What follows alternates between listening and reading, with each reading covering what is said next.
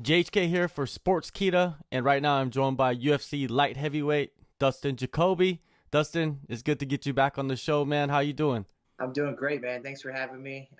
Yeah, it's always a pleasure talking to you, man. I always have a good time. We always have a good conversation, so I'm excited to be back on. Appreciate it, man. Now let's start off right away. UFC 261, Anthony Smith, your teammate, goes out there, gets the TKO against Jimmy Crute, a guy that's coming up in the division.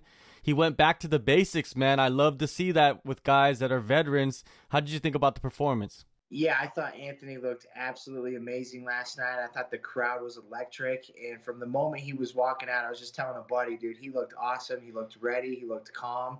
He looked confident. And he looked just excited. I don't know if it was if the crowd or what, man. But Anthony's a veteran. He's a gamer. He shows up when it's time to show up. And he put on a hell of a performance, man. I was super proud of him. And shout out to Jimmy Crute, too, man. That guy is an animal. Super tough, super young, super hungry. And we were worried about him. We were worried about him. That's a tough fight. But I knew, man, I've said it in a few interviews I did prior to this, Anthony's a veteran, and I really thought that he was going to come out and get it done. And he did, man. He had an awesome performance, and very happy for him. Going into that fight, a lot of people were underestimating Anthony. You know better than anyone, that guy, and he's not even that old. He's only 32 years old, man. He's a young buck still, even though he has a lot of fights. Man, he showed out, man. I thought, man, he proved a lot in this, taking on a dangerous guy, like you said, like Jimmy Crute. And you helped him for this camp, right? Yeah, absolutely, man. We've been grinding the past 3 weeks, getting after it, and that's what makes me feel good too, is knowing that we put the work in, to see him go out there and to know I get to go do it next weekend and follow it up, man. It just gives me the drive, the motivation to go out there and keep the ball rolling. Keeping the ball rolling, you're on a win streak yourself, but then seeing Anthony go out there, your teammate, and getting that juice, man, getting that hype from him, it must be great. Oh, dude, I have chills right now talking about it. The crowd last night was, like I said, electric. I forgot what it was like with the crowd, man. You see all these fights the past year with no crowd, it's a little bit quiet.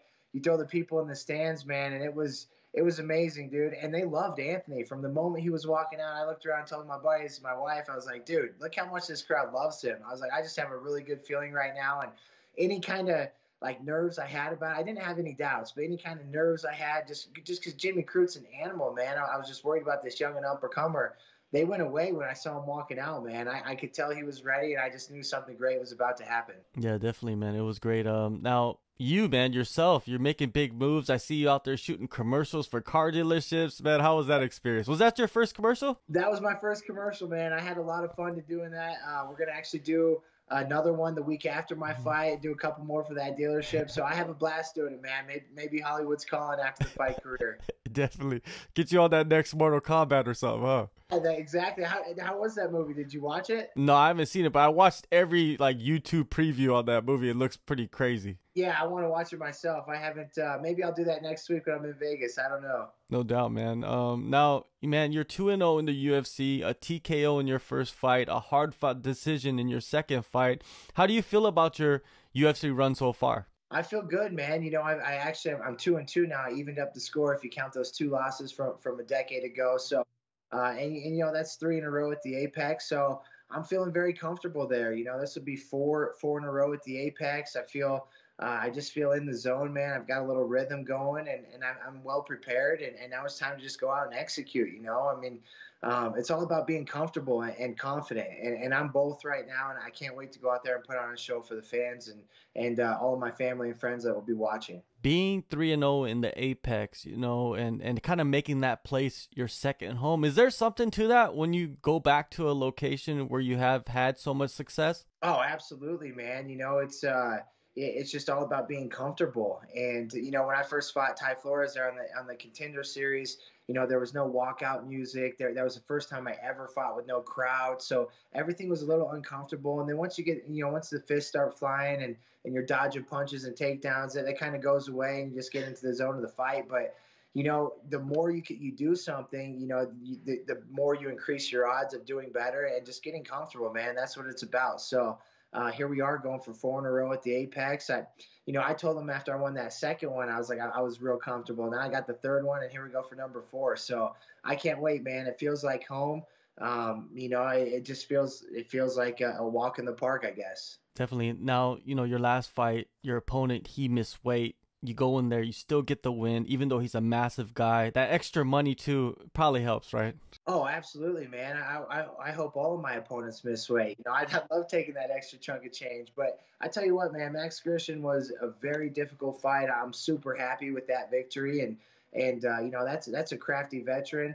One of the biggest light heavyweights that I'm gonna face, one of the biggest light heavyweights on the roster, and B, I don't think there's that many people in the light heavyweight division that are going to beat that guy. I faced him for 15 minutes. He's very good. He's very skilled, and it wasn't an easy fight by any means. So to get out of there with a victory, I was extremely happy, and I just knew it was on to the next one, and here we are with Cutelaba, man. I can't wait. Yeah, man, it was a gritty fight. After the fight, you had this baseball-sized hematoma on your leg. How banged up were you? Yeah, I was pretty banged up, man. I had both shins were really banged up. He caught me with, I calf kicked him over and over and over again. And of course, so my right leg was a little bit sore, but then at the end of the fight, like the third round, I could just tell I hit him with another one, and he just got so mad. He threw everything he had into one, and I just missed checking it, and it got me good, man. And that's where that big hematoma came from. I still have a little bit of a knot on my leg that I'm not gonna lie, you feel it, but once the fight starts flying and you get in there, the adrenaline takes over. It won't be an issue. But yeah, man, my legs are about the only thing that were banged up, and then I had a little bit of a cut on my nose. That's healed up now and ready to go. So, and I'm ready to go. I'm excited to get back in there and get back to competing. When you got this short notice call to step in for Devin Clark against Ion Cutelaba, were you in training? Were you full in swing? You must have been, because you were helping some of your teammates. Yeah, I was. We took a little vacation to Mexico, my wife and I, and a few friends. But right when we got back, I was in the gym before then, and then Anthony had this fight coming up with Jimmy Crute, so I've been in there grinding with him and getting him prepared, and that's ultimately what allowed me to accept the call. I knew I was in there training with Anthony and helping him, and I was like, you know what, let's do it, man. It's a big opportunity, and I love the matchup. When they told me who it was, it's just a fight right away. I got super excited. There was no fear, no doubts. It's like, hell yeah, man. It's a guy that's going to bring it. He's going to bring the best out in me. I'm going to bring the best out in him. And it's a fight that I think everybody has circled for a fight of the night. When you look at him, he's very unpredictable, and he's a very emotional fighter. It seems like his emotions get the best of him. Do you look at that as a weakness? Absolutely, man. I think you're exactly right. He's a very emotional guy. And for all the way from the, I'm sure it's all week for him, but right at the weigh-ins, he gets real emotional and he gets out there and fight. That drains a lot of your energy, and I think that is a weakness. I think that he uses up, he expends a lot of energy, unnecessary energy, just on his emotion and getting worked up and just being this big hoorah Hulk, and I'm looking to expose that. I think that's something that's going to work in my favor, and I hope he comes out crazy. I hope at weigh-ins he gets all emotional, tries getting up in my face. I'm just going to stand there with that grin, and I'll have a few things in my mind I'm going to whisper to him. But I'm excited for the fight, man. I hope he comes out strong. A guy like that, he comes out quick, and I think after the first 2 or 3 minutes, that's what I'm going to see the best of him in the first 3 minutes, and then after that, I weather that storm, man. It's game over. He's coming off back-to-back knockouts. Not really. His last one was pretty devastating, right? The first one, I believe, was the rope-a-dope, man. When you look at that, and how that fight ended, it's a very weird stoppage, huh? Yeah, absolutely. And the more I watched, so when I first watched that, I'm like, no way he was out, And then when you look at his reaction, he was still in it. But then, so now I went back, because I remember when I first watched it, I was watching that live. I thought that was pretty crazy. At first, it looked like he was rocked, but right when the ref stopped it, he got real crazy. Like, no way, I was still in it. He got upset, so you could tell that, okay, maybe he was still in it. But as I go back and I've watched it a couple more times since then, I feel like he did kind of get caught, and he did kind of have a little bit, but he was still with it. There's no doubt in my mind he was still with it. Now, the second time, there was no doubt he got caught, and that's the game we play, man. That guy he fought's in the top 10 and a very good fighter himself. So, and Cutelaba, man, he's a good fighter too, man. And that's why I'm so excited. He's going to bring the best out in me, and I look forward to this challenge. Stylistically, where do you see the advantages for yourself? I honestly, I don't see any advantage for him whatsoever. I don't see any disadvantage. You know, if it's stand up, I feel like I'm a much better striker than him. With that being said, you know, he's a powerful guy. He can knock anybody out. He can knock. He's very capable of knocking me out, but he's got to land those big hooks. And he's not a big wrestler. He's not a big grappler. And you know, my takedown defense has gotten really good over the years, and my ground game's not bad. You know, you ask these guys I train with at the gym, I just don't choose to go there. It's not my game. I'd rather stand with you and fight that way. So I don't see him wrestling me. If he gets me down, I'm definitely going to get back up, and he's going to use a lot of energy trying to get me down. And a guy like that, he doesn't want to use that energy. If we're standing up and I fight my fight and I don't get crazy and get all emotional and start trading punches with him, I don't see how he gets me, man. I feel very comfortable about this matchup. I love it. I'm extremely confident. It's another thing, man. I'm very confident. I'm on a nice little run right now, 13-2 in my last 15 fights between kickboxing and MMA. Going for 8 in a row, and that's 4 in a row MMA, and going for 4 in a row at the Apex. So I'm confident right now, man, and I'm comfortable. And I just see myself winning this fight no matter where it goes. Speaking of confidence and comfort, you signed a new 4-fight contract with the UFC along with this fight.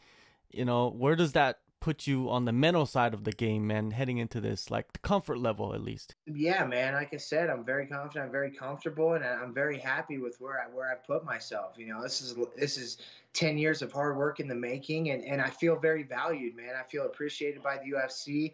I think that they've seen what I've done, and they rewarded me, man. And it gave me a new contract that I'm very happy with, and I'm excited to go out there and prove that they made the right decision to invest in me. And I'm just going to continue, you know, building my legacy, man. Continue going out there and do what I got to do to, you know, get these wins, collect these checks, and ultimately just climb the ladder to the top of the division. What can we expect, man, out of you against Cutelaba, man? How do you see it playing out? Man, you know, anybody asks me how I'm going to win a fight, I always tell them knockout, and this fight's no different, man. I truly see it by knockout, and you know, I have something to prove too, man. That's in 3 of my last 4 fights, they've been decisions, which is unlike me. You know, I'm used to finishing people. So with that being said, you know, Max Christian, that's a tough guy. It's a durable guy.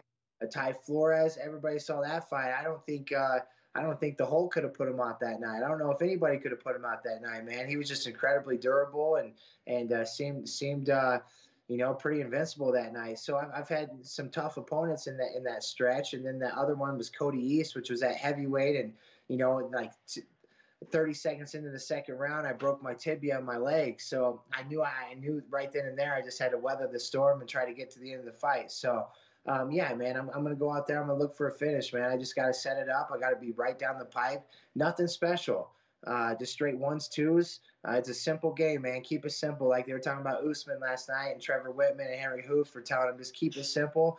I think that's what I'm going to do, man. I got a couple tricks up my sleeve that I'm going to keep for fight night, but yeah, man, keep it simple, and I think I catch him. I really do. The walkout, man. I know you posted about DMX. You know, did you pick anything out? I haven't. I got a couple things I'm leaning towards, but nothing that's set in stone right now.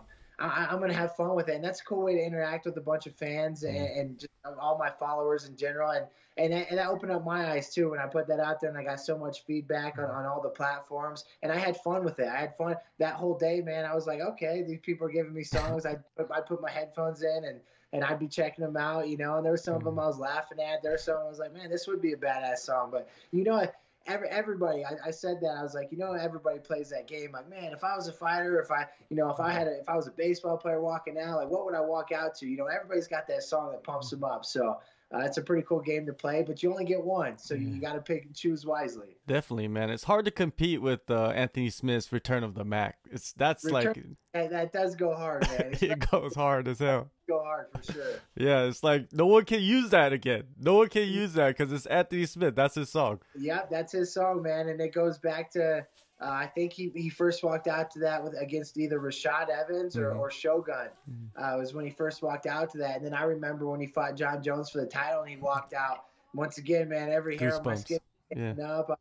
Man, this is awesome. So we'll be in the gym. So we all got playlists on our phones. And anytime that song comes on, we're yelling Lionheart. You know, that's just his song. For sure.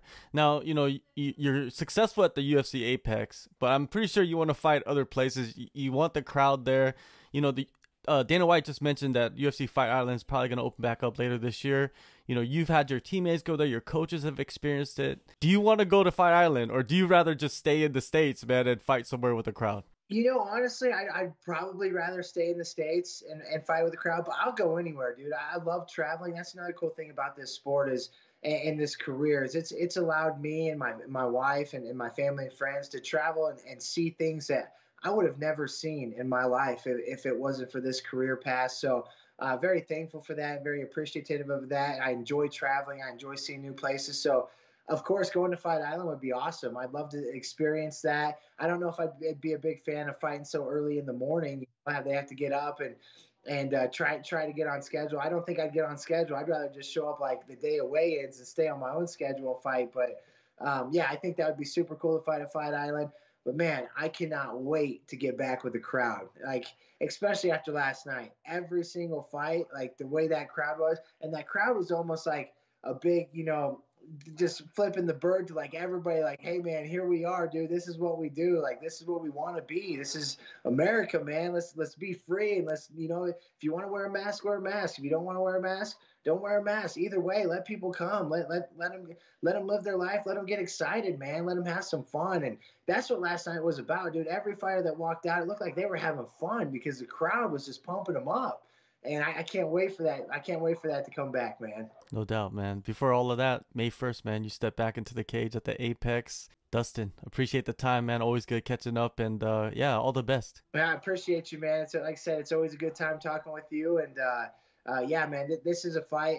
Ion Cutelaba, man. I wish there was a crowd because I guarantee you they'd be on their feet. They'd be getting him pumped up. They'd be getting me pumped up. But you know what?